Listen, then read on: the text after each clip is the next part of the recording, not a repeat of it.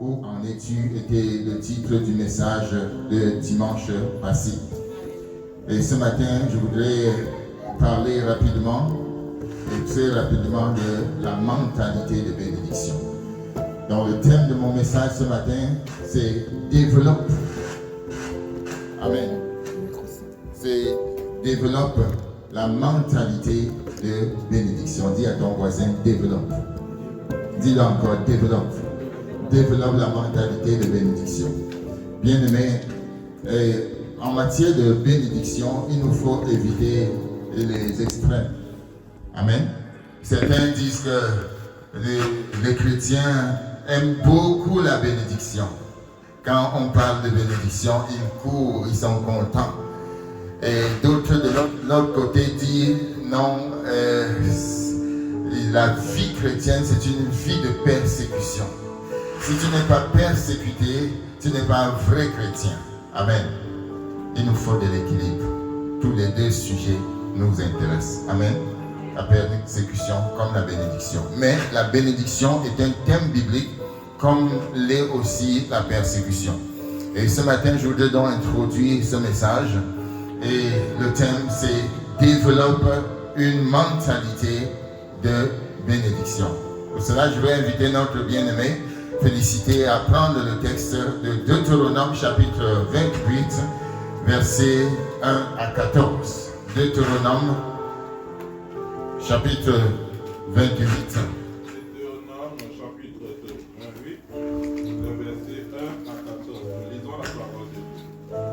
Si tu obéis à la voix de l'Éternel ton Dieu, en observant et en mettant en pratique tous ces commandements que je te prescris aujourd'hui, l'Éternel ton Dieu te donnera la supériorité sur toutes les nations de la terre. Voici toutes les bénédictions qui se répandront sur toi, qui seront ton partage, lorsque tu obéiras à la voix de l'Éternel ton Dieu. Tu seras béni dans la ville et tu seras béni dans le champ. Verset 4. Le fruit de tes entrailles, le fruit de ton sol, le fruit de tes troupeaux, les portées de ton gros et de ton menu bétail, toutes ces choses seront bénies. Ta corbeille et ta huche seront bénies. Tu seras béni à ton arrivée et tu seras béni à ton départ. L'Éternel te donnera la victoire sur tes ennemis qui s'élèveront contre toi. Ils sortiront contre toi par un seul chemin et ils s'enfuiront devant toi par 7 chemins. Verset 8. L'Éternel ordonnera à la bénédiction d'être avec toi dans tes greniers et dans toutes tes entreprises. Il te bénira dans le pays que l'Éternel ton Dieu te donne. Tu seras pour l'Éternel un peuple saint comme il te l'a juré. Lorsque tu observeras les commandements de l'Éternel ton Dieu et que tu marcheras dans ses voies. Verset 10. Tous les peuples verront que tu es appelé du nom de l'Éternel et ils te craindront. L'Éternel te comblera de bien en multipliant le fruit de tes entrailles, le fruit de tes troupeaux et le fruit de ton sol dans le pays que l'Éternel a juré à tes pères de te donner. L'Éternel t'ouvrira son bon trésor, le ciel pour envoyer en ton pays la pluie en son temps et pour bénir tout le travail de tes mains. Tu prêteras à beaucoup de nations et tu n'en prêteras point. Verset 13. L'Éternel fera de toi la tête et non la queue. Tu seras toujours en haut et tu ne seras jamais en bas. Lorsque tu obéiras aux commandements de l'Éternel ton Dieu que je te prescris aujourd'hui, lorsque tu les observeras et les mettras en pratique, et que tu ne te détourneras ni à droite ni à gauche de tous les commandements que je vous donne aujourd'hui pour aller après d'autres dieux et pour les servir. Verset 15. Mais si tu n'obéis point à la voix, c'est bon? Amen. Alléluia. Amen. Merci d'avoir introduit le merci. Nous allons nous arrêter dans la première partie ce matin. Nous sommes dans le mois de la bénédiction. Et ce matin, je suis véritablement dans la joie de parler de ce thème. Parce que Dieu, le cœur de Dieu, le désir de Dieu est de voir ses enfants bénis. Parce qu'il les a déjà bénis. Amen. Dieu a fait tout ce qu'il fallait pour que toi et moi nous soyons bénis. Et que nous fonctionnons dans la bénédiction. Il a livré son Fils unique pour toi. Amen. Il a livré tout ce qu'il avait. Dieu a tant aimé le monde qu'il a donné son Fils unique, afin que quiconque croit en lui ne périsse point, mais qu'il ait la vie éternelle. Ça, c'était l'acte qui donnait le droit à chacun de nous d'entrer dans la bénédiction de Dieu. Qu'est-ce que la bénédiction, bien-aimé? La bénédiction signifie simplement la grâce, mais elle signifie plus que cela. Je veux dire, la bénédiction, c'est ce que tu réalises que Dieu a fait dans ta vie. La bénédiction s'exprime par une expression, par une anomatopée. Amen. Est-ce que vous connaissez les anomatopées? Non. Une anomatopée, c'est comme une interjection, c'est-à-dire une exclamation. Et ça s'exprime par cette anomatopée, c'est-à-dire l'anomatopée qui dit « Waouh ». Alléluia. Est-ce qu'on peut le dire ensemble? Waouh. C'est ça la bénédiction. La bénédiction, ce n'est pas n'importe quoi. C'est que toi-même tu réalises que ça, c'est la touche de Dieu. Ça, je n'ai pas contribué à cela. Dieu vient de me visiter. Amen. J'ai éclaté hier quand j'étais en train de conduire parce que j'ai suivi un proverbe qui m'a beaucoup touché. Alléluia. Un proverbe qui m'a beaucoup touché. Est-ce que vous voulez savoir? Le proverbe était celui-ci. Celui qui a vu le lion et celui que le lion a vu ne court pas de la même façon. Alléluia. J'ai commencé à rire parce que c'est très fort. Et j'ai commencé à méditer sur ces paroles. Je reprends. Celui qui a vu le lion et celui que le lion a vu ne court pas de la même façon. Amen. Je veux dire que le lion de la tribu de Juda t'a vu depuis. Amen. Le lion de la tribu de Juda t'a vu depuis.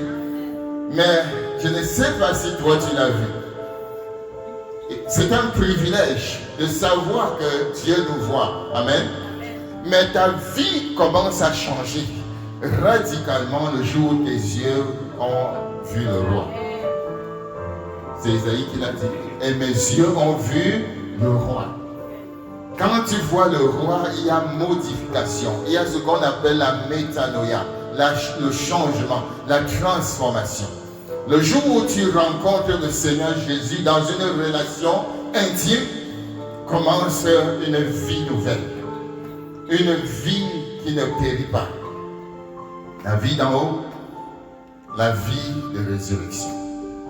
Et ça, c'est le début, ce n'est que le début. Mais le jour où tu vois le Seigneur toi-même dans une expérience personnelle, il y a modification encore. Les données changent, les paramètres changent. Amen.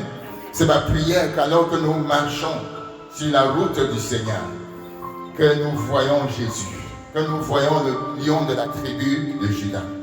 Ce matin, donc, je vais parler de la bénédiction, qui signifie simplement la faveur de Dieu. La faveur de Dieu, qui signifie même la protection. Mais les mots sont faibles en français. La protection.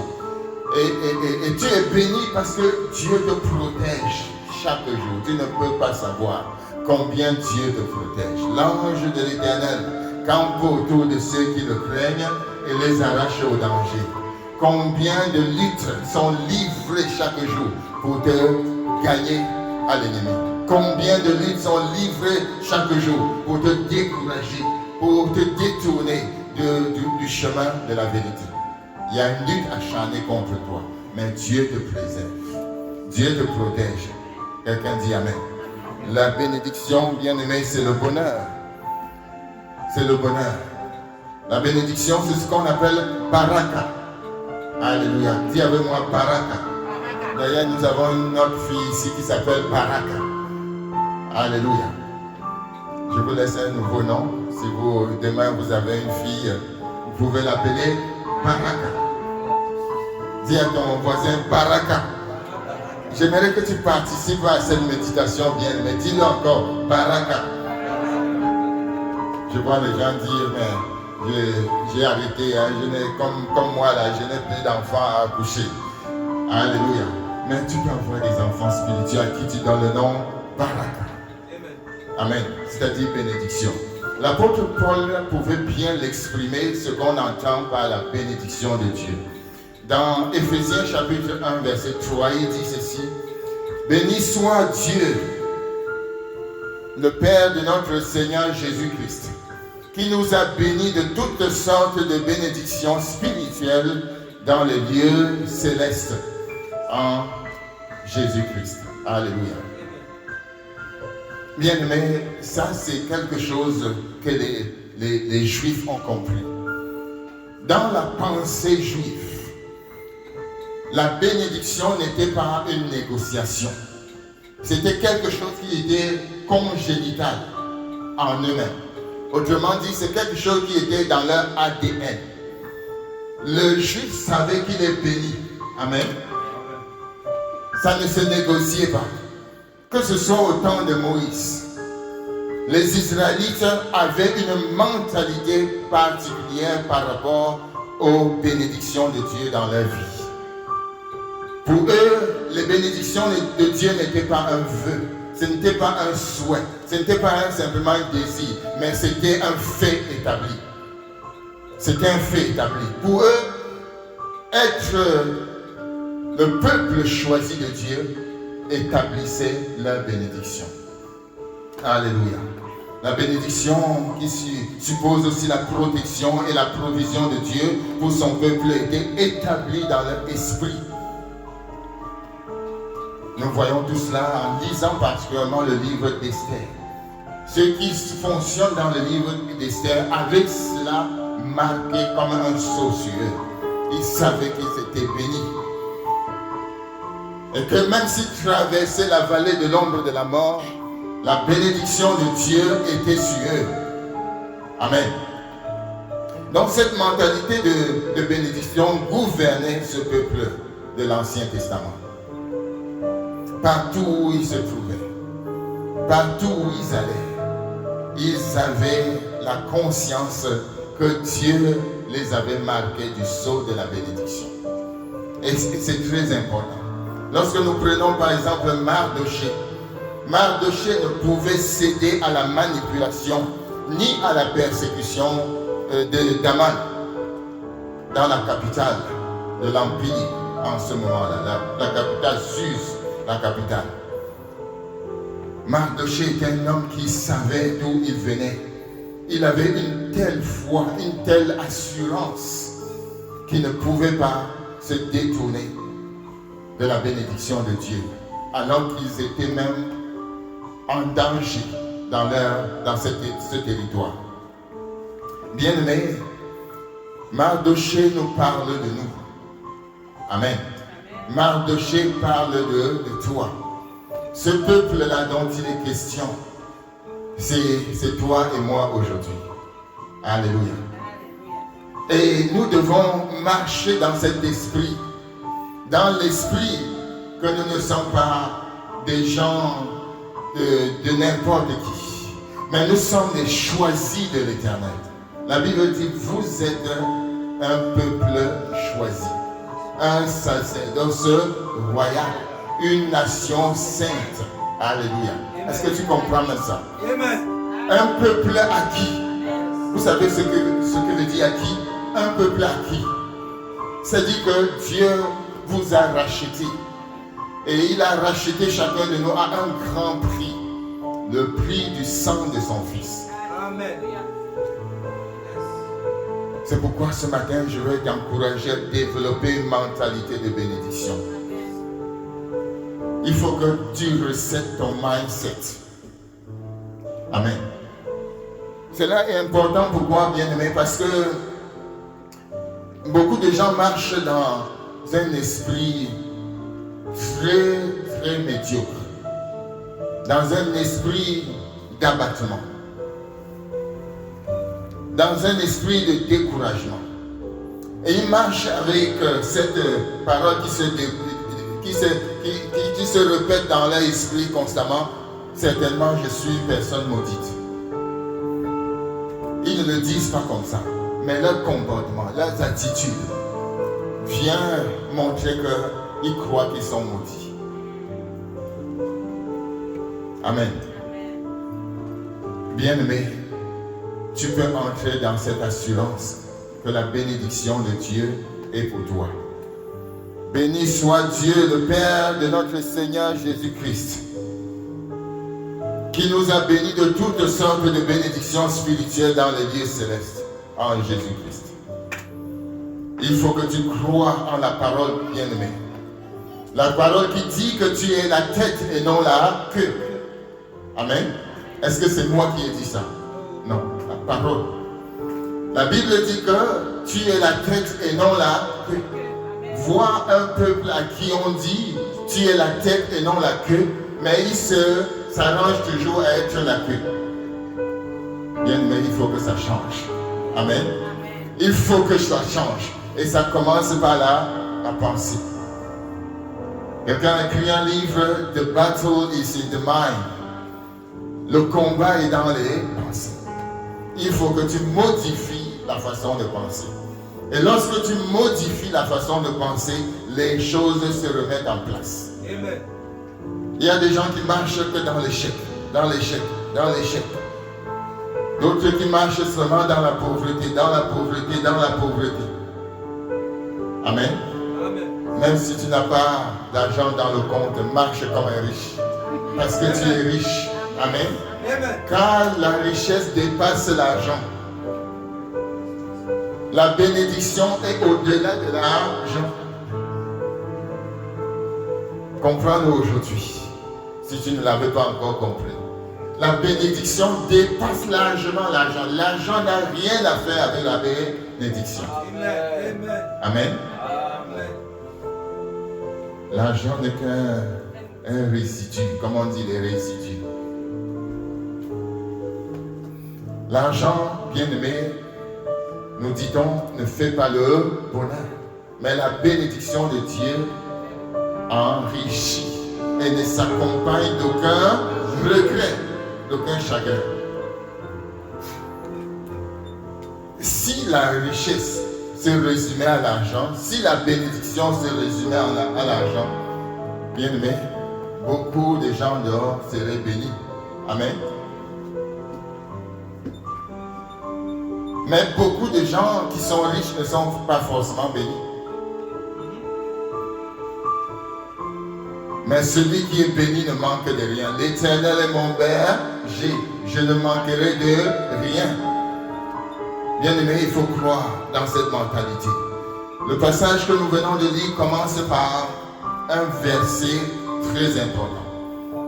Il dit, si tu obéis à la voix de l'Éternel, ton Dieu, en observant et en mettant en pratique tous ces commandements que je te prescris aujourd'hui, l'Éternel te donnera la supériorité sur toutes les nations sur la terre. Alléluia. Te donnera la supériorité. Ici, nous observons que toute bénédiction de Dieu est précédée par une condition. Amen. Et d'ici, c'est la condition. Et la condition ici, c'est quoi? Si tu obéis. Si tu obéis. Bien-aimé, l'amour de Dieu se résume en l'obéissance à ses commandements. Celui qui aime le Seigneur obéit au Seigneur. Amen. En mettant en pratique tous ces commandements. Alléluia. Il y a combien de commandements? Il y a combien de commandements de Dieu que nous connaissons? 10 comment? Il dit ici, en observant et en mettant en pratique tous les commandements que je te prescris aujourd'hui, l'Éternel ton Dieu te donnera quoi? La supériorité sur toutes les nations de la terre. Tous les commandements. Et Jésus les a résumés comment? En 2. Amen. Amen. Tu aimeras ton Dieu de tout ton cœur. Donc le Seigneur nous a facilité le travail. Alléluia. Il a dit, je ne suis pas venu abolir la loi, mais je suis venu l'accomplir. Et il les a résumés en 2. Si tu fais les 2, tu obéis à tous les commandements de Dieu. Tu aimeras le Seigneur ton Dieu de tout ton cœur, de tout, aidez-moi, de tout ta force, de toute ta force. Et tu aimeras ton prochain comme toi. Voilà les deux défis du chrétien. Tu aimeras Dieu de tout ton cœur. Est-ce que tu aimes Dieu de tout ton cœur? Bien aimé, c'est un idéal que nous devons atteindre. C'est un objectif. Ça doit être l'objectif premier d'un enfant de Dieu. Seigneur, je veux t'aimer. Et alors que tu crois, alors que tu grandis dans la foi, il faut toujours utiliser le thermomètre de Dieu. Est-ce que j'aime davantage Dieu? Amen. Est-ce que l'amour de Dieu remplit davantage mon cœur? Est-ce que malgré tout ce que je fais dans le service, tout ce que je fais, est-ce que cela est imprégné, c'est motivé par l'amour de Dieu? Voilà la question que Dieu nous pose. Bien-aimé, de même qu'un Hébreu ne se laissait pas intimider par l'opinion de qui que ce soit à son sujet, de même toi qui es l'Hébreu selon la nouvelle alliance, tu ne dois pas te laisser intimider par quelque opinion que ce soit. Car ce n'est pas ce que les gens pensent de toi qui est important, c'est ce que Dieu pense de toi. Ce n'est même pas ce que toi-même tu penses de toi qui est important, c'est ce que Dieu pense de toi. Et je voulais te lire la pensée de Dieu bien-aimé. Jérémie 21, verset 11. Amen. Jérémie 21, verset 1. Un passage que nous connaissons tous. La pensée de Dieu pour toi est résumée dans ce passage. Voici,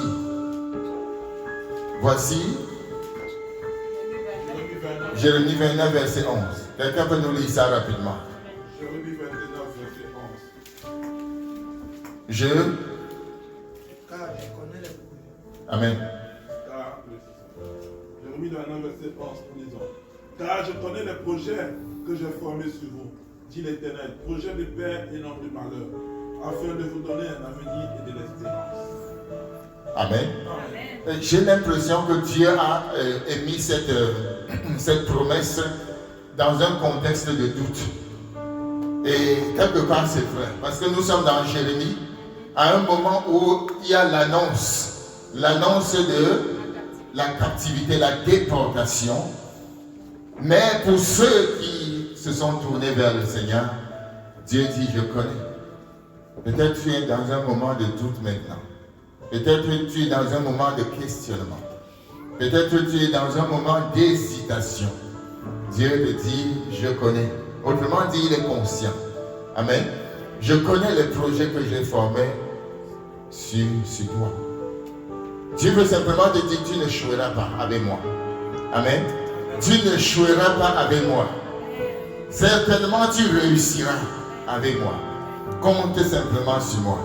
Bien-aimé, c'est très important d'avoir cette mentalité. Cultive-la. Cultive cette mentalité. Ce qui doit nous motiver, bien-aimé, c'est la connaissance de Dieu. La compréhension qu'il est celui qu'il est. Je suis celui qui suis. Nous devons être motivés. Nous devons comprendre qui est Dieu. Et davantage établir notre relation avec lui. Amen. Je reprends mon proverbe. Celui qui a vu le lion et celui que le lion a vu ne court pas de la même façon. Amen. Bien, mais que le Seigneur t'accorde la grâce de voir le lion de la tribu de Juda. Ta course va changer. Tu vas être plus pressé à partager la bénédiction que tu as reçue. Tu vas être plus pressé à annoncer l'évangile que tu as reçu. Car la bénédiction ne doit pas être retenue. Amen. Ça doit être partagé. Si nous regardons très bien, nous allons constater que le père de la bénédiction était Abraham dans la Bible. Amen. Et Dieu l'a béni de toutes sortes de bénédictions. Dieu l'a rendu riche et prospère.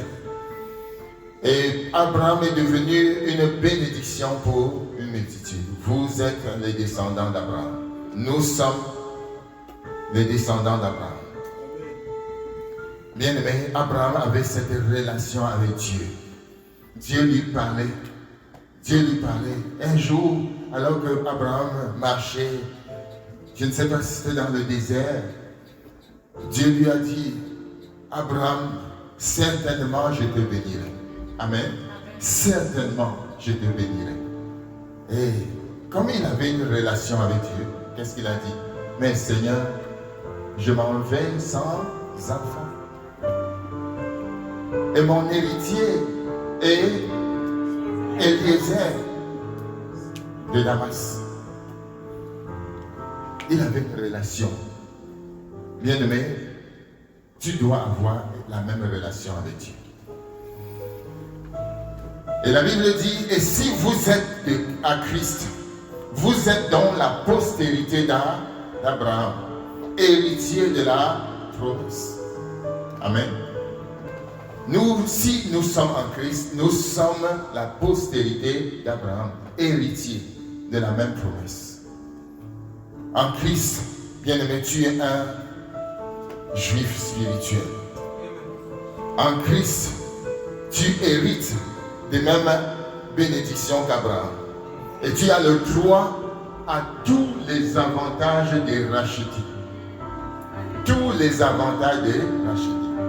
Souvent nous entendons à la radio des nominations, n'est-ce pas?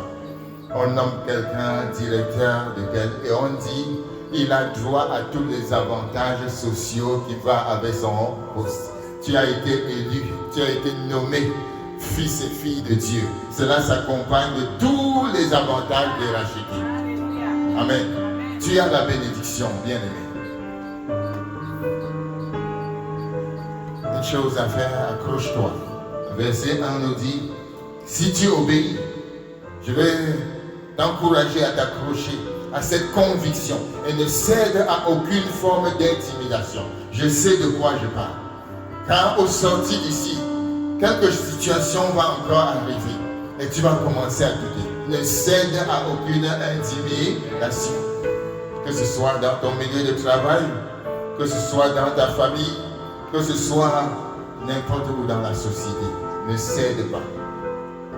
Cultive ton esprit. Que ton esprit soit fort. Amen. Car l'échec commence dans ton esprit. Mais tant que l'ennemi ne te vainc pas dans ton esprit, il ne te vaincra pas dans la réalité. Amen. C'est dans l'esprit. Cultive ton esprit. Nourris ton esprit avec le pain quotidien, avec la parole de vie.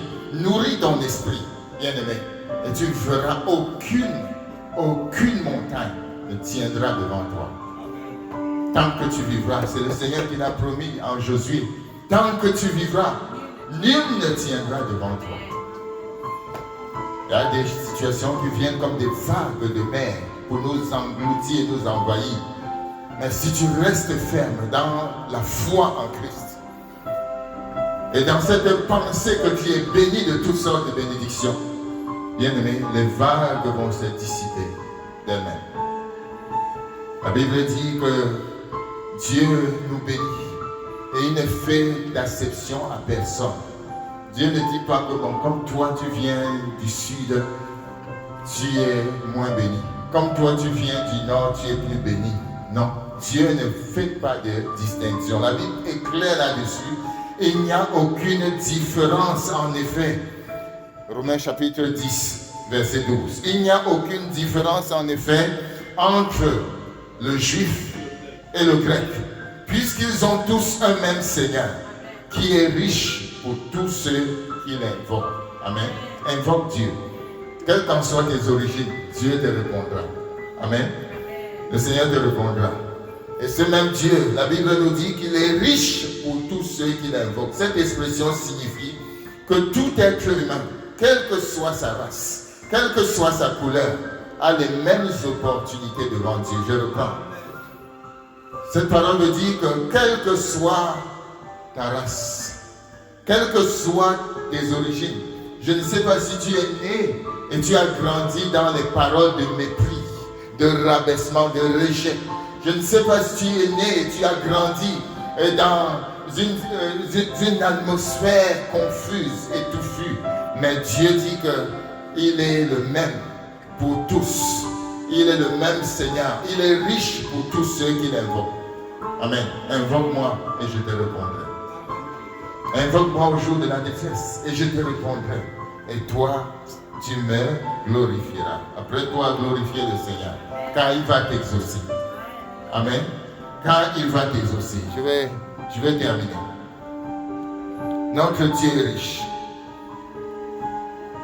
C'est la foi, seulement la foi qui te distingue. Il n'y a pas d'acception. Dieu ne fait pas de différence entre les hommes. Mais c'est ta foi qui va te distinguer. Amen. Ta foi va te distinguer.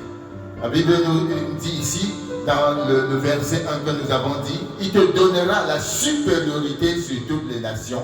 C'est ta foi qui t'amènera à ce niveau. Amen. Alors que tu mets ta confiance en Dieu, tu nourris ton esprit et tu cultives la mentalité de bénédiction. Bien-aimé, Dieu te met en position d'être au-dessus de tout ce qui peut t'engloutir.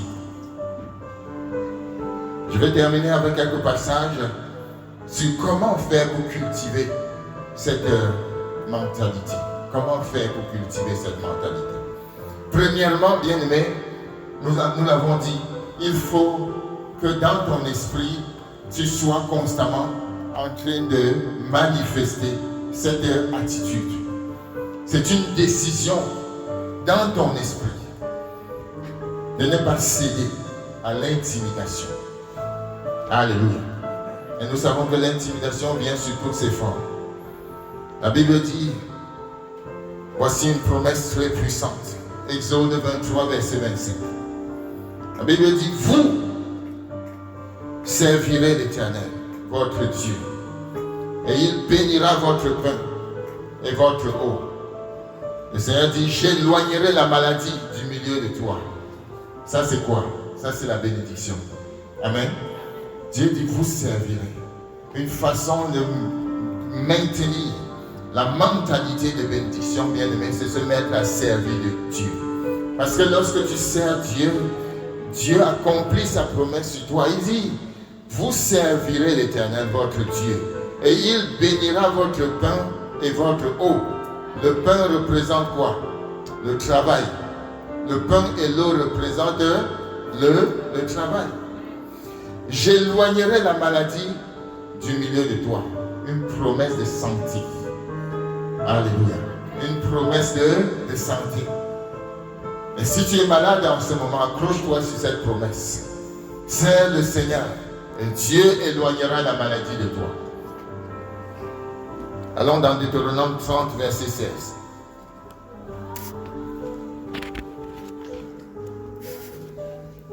Deutéronome 30, verset 16. Je lis pour nous rapidement. En effet, je te prescris aujourd'hui d'aimer l'Éternel, ton Dieu, de marcher dans ses voies et de respecter ses commandements, ses prescriptions et ses règles, afin de vivre et de te multiplier, afin que l'Éternel, ton Dieu, te bénisse dans le pays dont tu vas entrer en possession. Amen. Dieu te parle ce matin. Deutéronome 30, verset 16. Une prescription t'est donnée. Marche simplement dans l'obéissance. Et voici le secret que j'ai découvert dans la Bible, bien-aimé. Alléluia.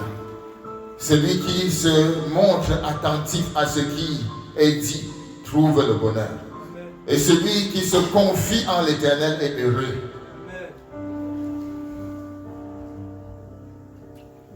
Il est heureux. Sois attentif à ce qui est dit, à la parole. Dieu dit très bien, si tu obéis à la voix de l'Éternel, ton Dieu, en observant et en mettant, il s'agit ici d'une discipline, bien-aimée. Dieu nous engage à une discipline de vie, dans la prière, dans la méditation de la parole de Dieu. De sortir de la paresse, du hasard. Rien n'est hasard. Amen. Tu sèmes, tu récoltes. Alléluia. Dis avec moi, tu sèmes, tu récoltes. Et Dieu bénit le fruit de ta semence. Dieu bénit ta semence. Tu sèmes, tu récoltes. Tu commences à lire la parole de Dieu, ta vie commence à se transformer. Yes. Alléluia.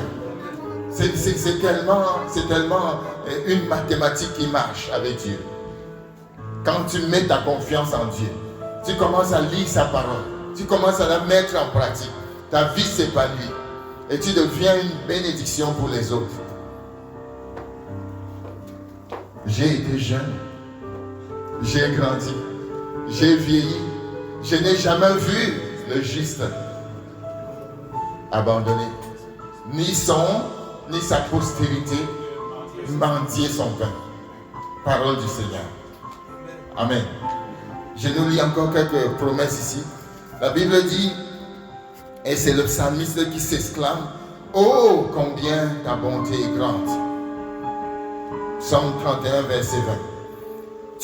Tu la tiens. Il dit, ta bonté est grande. Tu la tiens en réserve pour ceux qui te craignent. Tu la témoignes à ceux qui cherchent refuge en toi. Face aux hommes. Face aux hommes, qu'est-ce que tu fais, bien-aimé? Où est-ce que tu cherches refuge? Face aux hommes, face aux difficultés de la vie. Vers qui est-ce que tu te tournes? Amen. Nous devons nous tourner vers Dieu. Je lève les yeux vers les montagnes d'où me viendra le secours. Le secours me vient de l'Éternel. Alléluia. Terminons avec cette grande promesse. 2 Corinthiens chapitre 9 verset 8. 2 Corinthiens 9 verset 8. L'apôtre Paul dit, et Dieu peut vous combler de toutes ses grâces, afin que vous possédiez toujours, à tout point de vue, de quoi satisfaire à tous vos besoins, et que vous ayez encore en abondance pour toute œuvre bonne. Alléluia. Dieu dit ici qu'il te donne, il multiplie, ta coupe déborde pour que tu puisses bénir les autres. C'est ça la bénédiction. Amen. C'est ça la bénédiction. Et sa bénédiction est celle qui enrichit. Nous l'avons dit. Et ne s'accompagne d'aucun regret. Le Seigneur est notre Père. Il est notre Roi. Amen. Il a décidé de nous bénir. Non pas par nous-mêmes, mais par lui. Il a dit, je connais les projets que j'ai formés sur toi. Donc avant même que tu cherches la bénédiction, Dieu avait déjà pensé à toi. Je connais. Pourquoi tu doutes?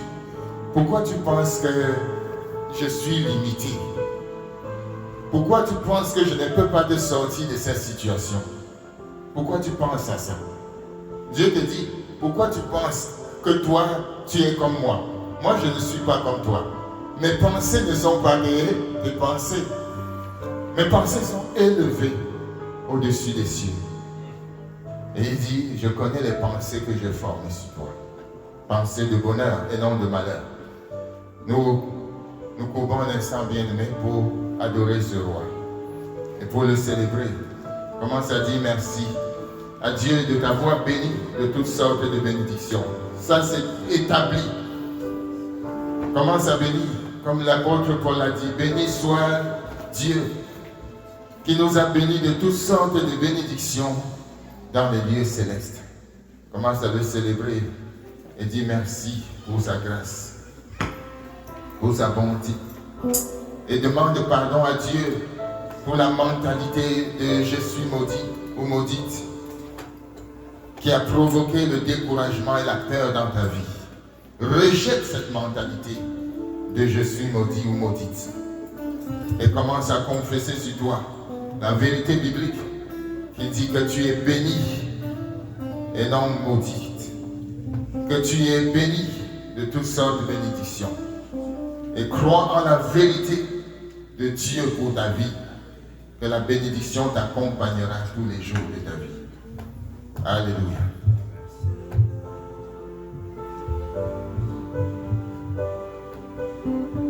Merci Seigneur.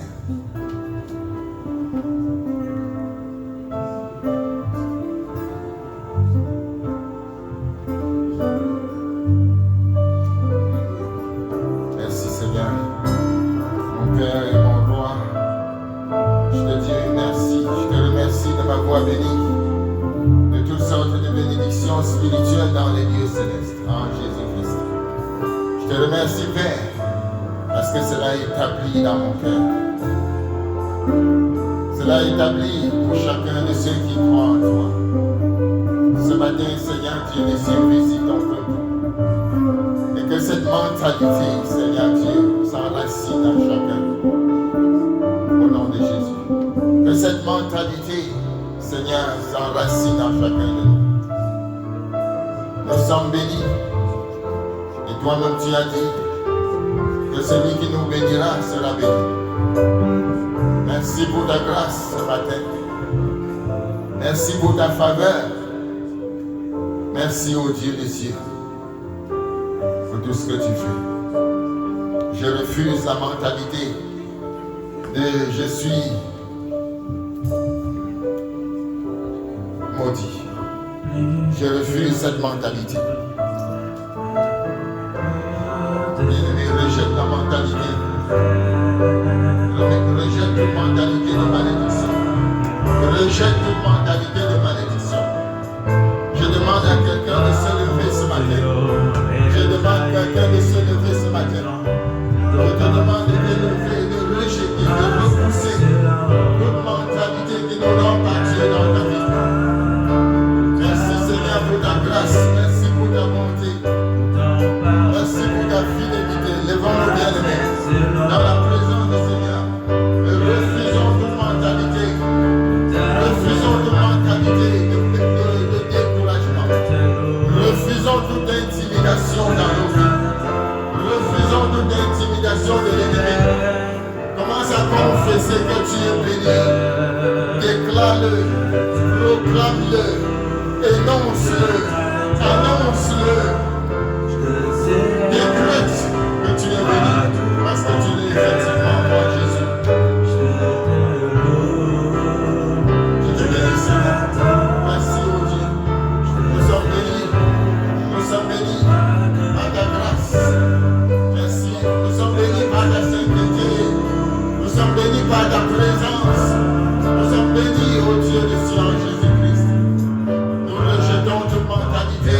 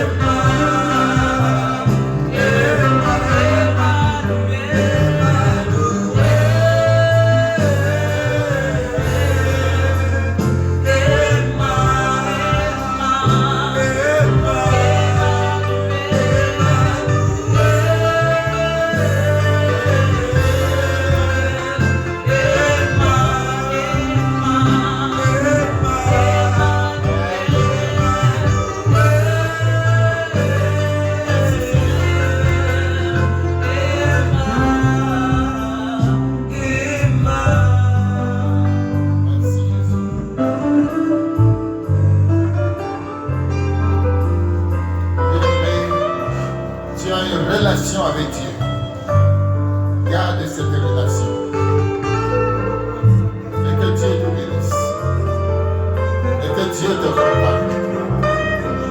Et que le Seigneur te garde. Alors que nous quittons ce lieu, je vais déclarer cette bénédiction sur chacun de nous. Que l'Éternel te bénisse et te garde. Que l'Éternel fasse briller son visage sur toi et t'accorde sa grâce. Que l'Éternel se tourne vers toi et te donne la paix.